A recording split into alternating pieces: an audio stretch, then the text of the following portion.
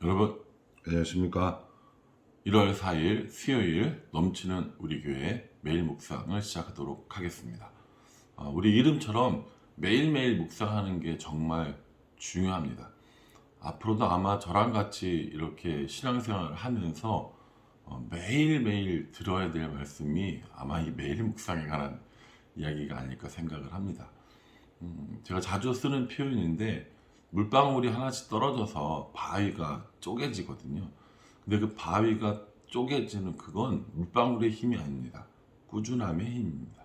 그래서 여러분들과 제가 매일같이 꾸준하게 이 말씀을 묵상하는 건 우리 신앙생활의 가장 중요한 일이라고 저는 생각합니다. 그래서 오늘도 기쁜 마음으로 함께 해주시기를 부탁을 드립니다. 오늘 본문 말씀은 민수기 3장 14절부터 39절까지 말씀입니다. 사실 이 민수기를 읽다 보면 이 앞쪽 부분이 참 읽기 힘들거든요. 그런데 이렇게 차근차근 많지 않은 분량을 묵상해 나가면 좋지 않을까라고 생각을 합니다. 오늘 우리가 읽은 이 본문 말씀은 레위 자손에 대해서 이야기를 하고 있습니다. 레위 자손에 대해서 조사를 하고 레위 자손을 행진할 때 어디에 위치시킬 것인가에 대해서 오늘 말씀하고 있는 겁니다. 사실 우리가 어제의 그 묵상하면서 보여드린 그림에 의하면 그 화요일이죠. 그 그림에 진을 표시하는 순서에 레위 자손의 위치도 함께 들어가 있습니다. 그러니 여러분들 그 화요일 날 본문도 함께 보시면서 하면 좋겠다라는 생각을 한번 해봅니다. 오늘 레위 자손에 대해서 조사를 할 것을 먼저 14장부터 20절까지 14절부터 20절까지 말씀해 주십니다. 이 레위 자손에게 세 명의 이런 자손이 있었어요. 레위 집안에 게르손 그리고 고핫, 무라리 집안이 있었습니다. 여러분 사실은 이게 이름이 참 어려워서 성경 읽기가 어렵거든요. 근데 이걸 다 외우라고 안 합니다. 자, 다음 중 레위 자손의 집안 사람이 아닌 것은 1번 게르손, 2번 고핫, 3번 무라리, 4번 김원주. 그쵸? 예. 이렇게 나오지 않아요. 우리가 무슨 이거 가지고 시험을 볼 것도 아니고 그렇기 때문에 레위 지파의 레위 그 자손 중에 3명의 아들이 있었고 그 종족을 따라서 맡은 바 임무가 정해졌고 또 행진할 때 이렇게 같이 가게 됐구나 라는 정도만 이해하시면 됩니다. 여러분들이 무슨 뭐 신학대학원 시험을 볼 것도 아니고 그렇기 때문에 이 정도만 알아두셔도 충분하리라 생각을 합니다. 게르손 집안에 대해서 21절부터 26절까지 말씀하고 있는데요. 이 게르손 집안에 누가 있느냐? 림니와 시므이가 있다고 얘기합니다. 림니와 시므이가 있다고 21절부터 26절까지 쭉 이야기를 하고 있죠. 그것뿐만 아니라 이 게르손 집안 사람들이 어떤 일을 해야 하는지에 대해서도 나와 있습니다. 25절에 보면 게르손 자손은 회막에서 맡을 일은 성막과 장막과 그 덮개와 회막 휘장문과 뜰의 휘장과 및 성막과 제단 사방에 있는 뜰의 휘장문과 그 모든 것에 쓰는 줄들이니라 이렇게 나와 있다는 거죠. 그러니 여러분 이걸 만약에 우리가 시험을 봐야 되고 이거를 모르면 안 된다고 했다면 얼마나 이게 사실 외우기 어렵겠습니까? 레위 자손에 게르손 집안이 있고 그 사람들은 이런 거 하고 이런 거 했구나 라는 걸 다 외웠는데 생각해 보세요. 너무 어려운 일이라는 거죠. 묵상을 너무 지나치게 자세히 하게 되면 지레 겁먹고 포기한 일이 생깁니다. 그러니 여러분 너무 자세히 하지 말고요. 이렇게 쭉 읽다가 어느 순간 여러 번 또 읽다 보면 내 마음속에 딱 걸리는 부분들이 있단 말이에요. 그러면 그때 주시는 말씀이 나에게 주신 말씀입니다. 뭐 내년이나 내후년에 또 이 민수기를 할 수도 있지 않겠어요? 그랬을 때 또 내게 딱 걸리는 말씀이 있다면 그때는 또 다른 은혜를 그리고 말씀을 내게 주시는 겁니다. 그러니 너무 심각하게 너무 어렵게 생각하지 마시고 묵상을 함께 하는 것이 더 중요하다고 생각합니다. 그래서 게르손 집안 사람들은 림니와 시므이가 있었고 이러한 일들을 했었고 총 인원은 7,500명이었습니다. 행진할 때는 서쪽을 담당하는 사람들이었습니다. 고앗 자손에 대해서 27절부터 32절에 나오거든요. 27절부터 32절에 나오는 이 고앗 자손들은 아므람, 이스할, 헤스론 그리고 우시엘이라는 집안이 있었고요. 이 사람들은 총 8,600명 정도 인원이 되었습니다. 그리고 남쪽을 담당하면서 행진하게 되었습니다. 무라리 집안 사람들 33절부터 37절까지 나오는데요. 이 사람은 말리와 무시라고 하는 집안이 있었고요. 총 인원은 6,200명 정도 되었습니다. 그리고 이들은 북쪽을 담당하고 있었습니다.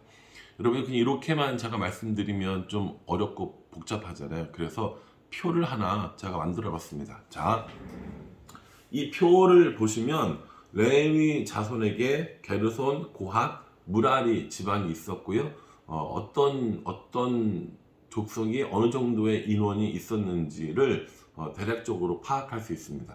여러분 성경을 읽다가 이런 식으로 표나 그림으로 정리를 해보시면 사실 굉장히 이해하기 쉬운 부분들이 있어요. 그러니까 여러분들 한번 나름대로 이렇게 정리해서 뭐 성경책에 그림을 그려 놓든지 아니면 뭐 어떤 뭐 노트를 가지고 이렇게 표시를 해 놓든지 하면 다음에 읽을 때 훨씬 도움이 될 거라고 생각을 합니다. 요건 좀 밀어놓고요.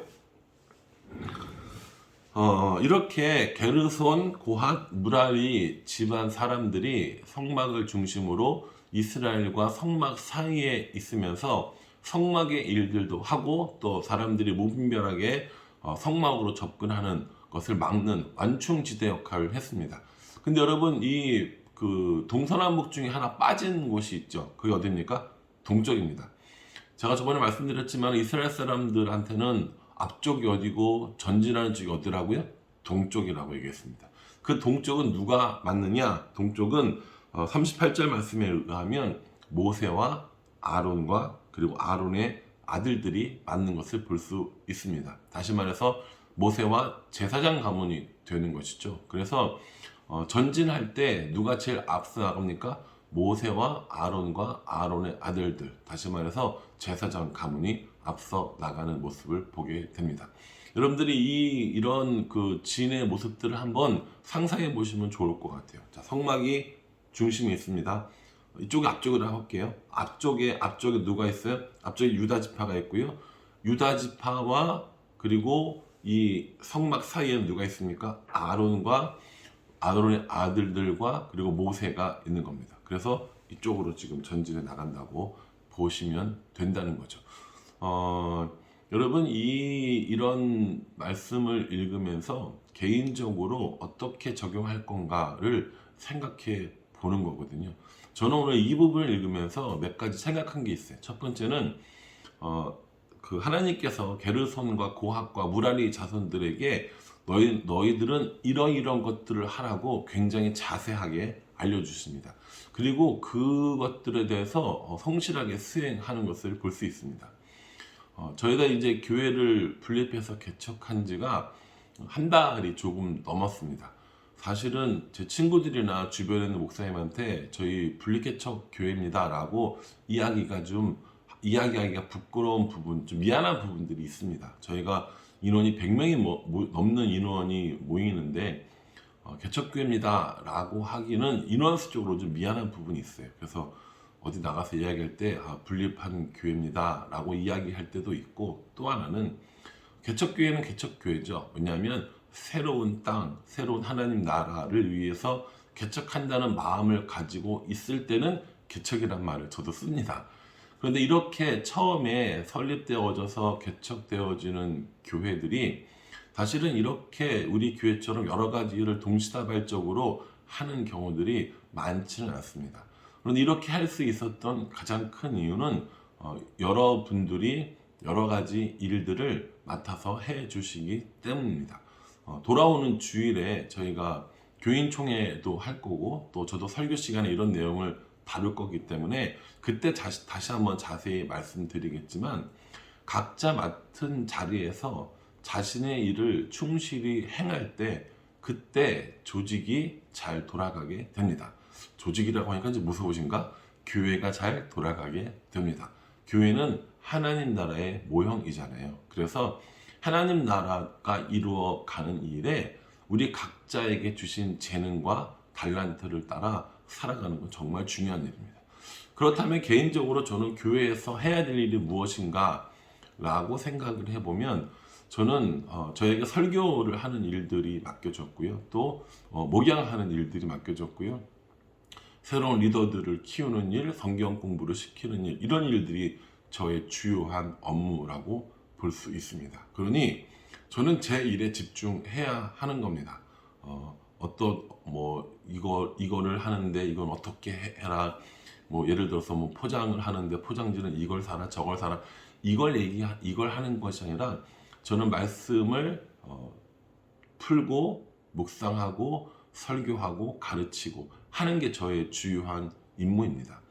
만약에 여러분들이 저랑 같이 신앙생활을 하시다가 제가 저의 일이 아니라 다른 일에 관심을 가지고 다른 일에 참견하려고 하고 다른 일에 영향력을 미치려고 한다면 저에게 이렇게 얘기해 주십시오.